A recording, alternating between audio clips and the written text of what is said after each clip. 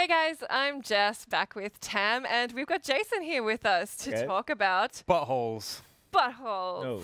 We're very mature. Butthole? Fractured button. Okay, It's there's a all, pause. We made a mistake. That's bad, okay. my You're bad. talking about South Park. I'm so excited. I loved your first game. How excited are you to be bringing out another one? I'm very excited to bring out South Park: The Fractured Butthole for sure. Yeah. I think that everyone that was fans of Stick of Truth has a lot to look forward to. We've changed some things, but we've kept it that true South Park spirit. Right. So. One of the things you've massively changed is the combat. Yes. Talk a little bit about that. Yeah, so we wanted to keep turn-based combat because that worked really well for jokes. It really worked well for people to be able to still follow along with the story, but we wanted to still feel like you actually were fighting in the environments that you're exploring. So that meant that we added grid-based sort of board game style combat. Yeah. Right. Okay, so one of the things that always interests me about this game, and the first game is like you're kind of parodying two things at once almost with this one. So with the first game, it was kind of like an RPG kind of parody. This is a superhero. Obviously, you've got the logo, which is evoking the Avengers style logo thing, and you're also kind of touching on, South Park is known for touching on society as it is now and parodying that stuff. So is that something that you're doing again with this game, or is it you're trying to focus on the superhero side and really make fun of that, or are you going to be bringing in some of the world around us to poke fun of that? I mean, I think that it's always going to get pulled in, but I think all of the superhero movie stuff that you see is sort of pulling that in as well, right? Like what are heroes fighting against these days, and that's these kids largely they're trying also to be very serious superheroes. Right. So I think that the game tends to be funniest for me when they're being serious and trying to take their game very seriously. They want to build an amazing superhero franchise, which to kids in South Park, the franchise is actually what being a superhero is all about. Right. It's not beating up bad guys is just one aspect of it. Yeah. Right? Yeah. So for people who might not know, can you set up the story for us this time around? I mean, it's probably confusing if this is the first thing you'll see from the South Park, The Fractured Butthole. Is this kid in a strip club? Yeah, so give us the premise. What's happening is Cartman's idea is that if we could save this missing cat in town, if we could find it, then we would be famous and we'd get a $100 reward, and $100 is a lot of money, and that will kick off our franchise. And so that has led us to sneak out of our houses at night, and here we're paired up with Captain Diabetes. And he's Scott Malkinson. He has diabetes. Of course. And we're only cool enough to be his sidekick tonight. So we're kind of following his orders, we're following his lead. And we're looking for a lady with information about those missing cats.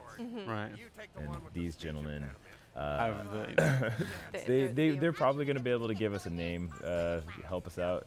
Scott just wants to ask some questions. They are insisting on first we get dances and then we talk. Oh my God. We allowed to show Are we allowed to show this? What's going on here? Like, how do you do this? I love it. Well, okay, this probably leads me on to a good point I was going to make. Firstly, you probably noticed I'm Australian. I'm very sorry that we censored your game. You speak on behalf of I do. I actually do. It was a horrible thing that happened, although I loved how you dealt with it with the sad koala. I have to ask you, do you reckon that's going to happen this time around again? I don't think so. I mean, right now, this is just good superheroing that you see on screen. Like, he's got some good dance moves, but he's also farting. Absolutely. In order to get this guy to want to talk, and this is a nice little twerk pace of the game. This is how I conduct all my interviews as well. No, that's good. I smell that. I get it. Did you want to up the ante with that kind of stuff, or I mean, it's just quintessentially South Park, right? The big thing is just to always make sure that it has, the gross out stuff has to have a little bit of a point to it as well, and so if it's just being shocking for shock value alone, it's not really that funny necessarily, and so we're always going to be pushing the limits as much as we can. And all of that comes from Matt and Trey. So for me, my job isn't to censor them. My job is to get their content into an interactive form. Right. So so there was nothing that you were like, oh, maybe we can't do that, or it's all in there. I love that it's all in there. That's what I was hoping you would say. Great. So let's move on to something a little more wholesome than what's happening on screen. So let's talk about the specific RPG mechanics. So kind of what kind of evolving the mechanics from the previous games? What are the big things that you introduced that kind of help define the gameplay style and adapt it to the superhero element of the South Park game? So a couple things is that for superheroes, the way they look, their outfit, their brand is a big part of it. So here you see the new kid, he's sort of in this tank football sort of gear, and that actually doesn't change his stats. That's actually just part of your superhero branding, your identity. Separate from that, you're leveling up by kind of putting together this character sheet, because Cartman is really, you know, he's your DM. He wants you guys to all be playing sort of a Dungeons and Dragons superhero game. For him, you're going through and you're collecting these superhero classes that he's divvying out to you, and then you can mix and match those classes in order to sort of, in this case, be sort of a cyborg elementalist. And then you're also collecting buddies to have on your team. And here at E3, we were showing just 2-on-2, keep it easy for everybody to sort of process what's going on. But the combat's evolved to have 4 people on your side against waves of enemies, and it can be a lot different. I'd love to know, can you still wander around town in this game like you did in the last game? Yeah. I bloody love that. That was amazing. Can we expect collectibles or kinds of things to do around town? What's the questing system like? Well, South Park's going to feel familiar because it's only been a couple of days later, so like a lot of the neighborhood still feels like home. But we've added some new businesses, like the Hippo here, and next door to that is the Buca di Fagaccini, which is the local Italian restaurant, and that's all up in Shitipa Town from the recent episodes. And so there's new places to explore, but it should still feel pretty familiar. And then in terms of questing, you know, it's all kind of been driven by your phone. Like you'll see kind of through the demo that the players got a crafting app and all these different things that they're using, and it's all just built into their phone. And yeah, I mean, we'll take you around. There's things to collect, like awesome. like Craig and Tweak Yowie and stuff like that. Yeah, the last game, I think, I mean, I don't want to say there's low expectations for when, you know, a TV show is brought to a video game, but I thought you did it exceptionally well. And it was a very big game as well. It was bigger than I expected. Should we expect that kind of scale again? Yeah, absolutely. It's the biggest story that I think Matt and Trey have ever tried to tell. And like the South Park Studios group is working hard on this game as we speak. And so, like, I think it's the biggest story they've ever told in one go as well. And so it's a lot of content. And I think everybody's going to be happy with the story that they've come up with. It's like the Stick of Truth story. Like, it goes places you might not expect. Can you speak a little bit about the kind of shift in development duties that happened from the first game to the second game? Obviously, Obsidian developed the first one, and now it's being developed in-house by Ubisoft. How did that kind of come about, and what was like Matt and Trey's reaction to it? There are a couple of people that have had, they've been very vocal about having a rough time in games, and they kind of reached a point where they felt safe with Obsidian and they felt like they made that connection. How did that kind of, the shift entirely to Ubisoft go down, and what was the discussion like, and was there any point where it was like, this might be a bit of an issue, like they might be... I think that, I mean, for them, they knew that their studio had learned to make good games. They knew that they'd had a practice that they felt that they'd gotten into with Stick, and they wanted to continue that forward.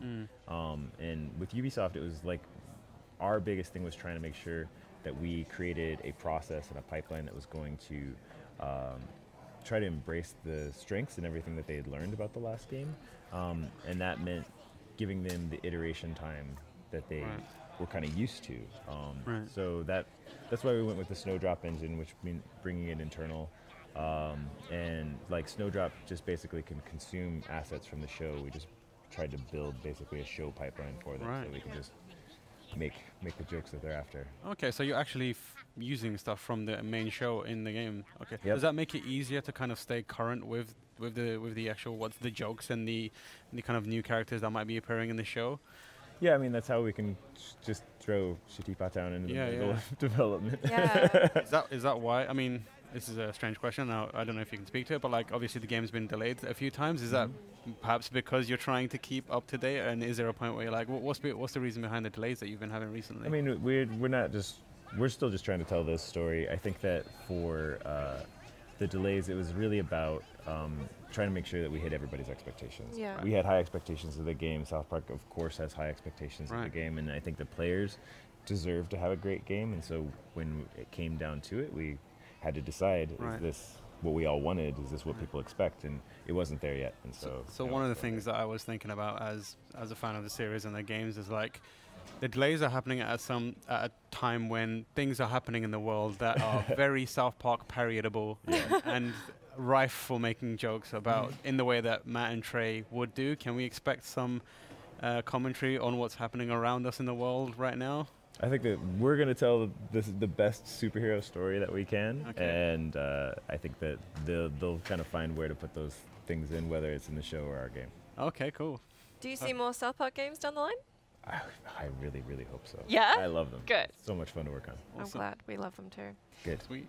That's fantastic. What's your favorite thing that you've included in the sequel? I love all of the kids that we got to get involved. Yeah. Like, instead of just necessarily the main kids, guys like Scott Malkinson, Captain Diabetes. He's not a character people necessarily are super familiar with. Yeah. Have little Scott T-shirts, but to have those characters and those friends from the show getting included and getting some screen time and getting to hear those different voices come into it has been a treat. I'm a big fan of Timmy as Charles Xavier.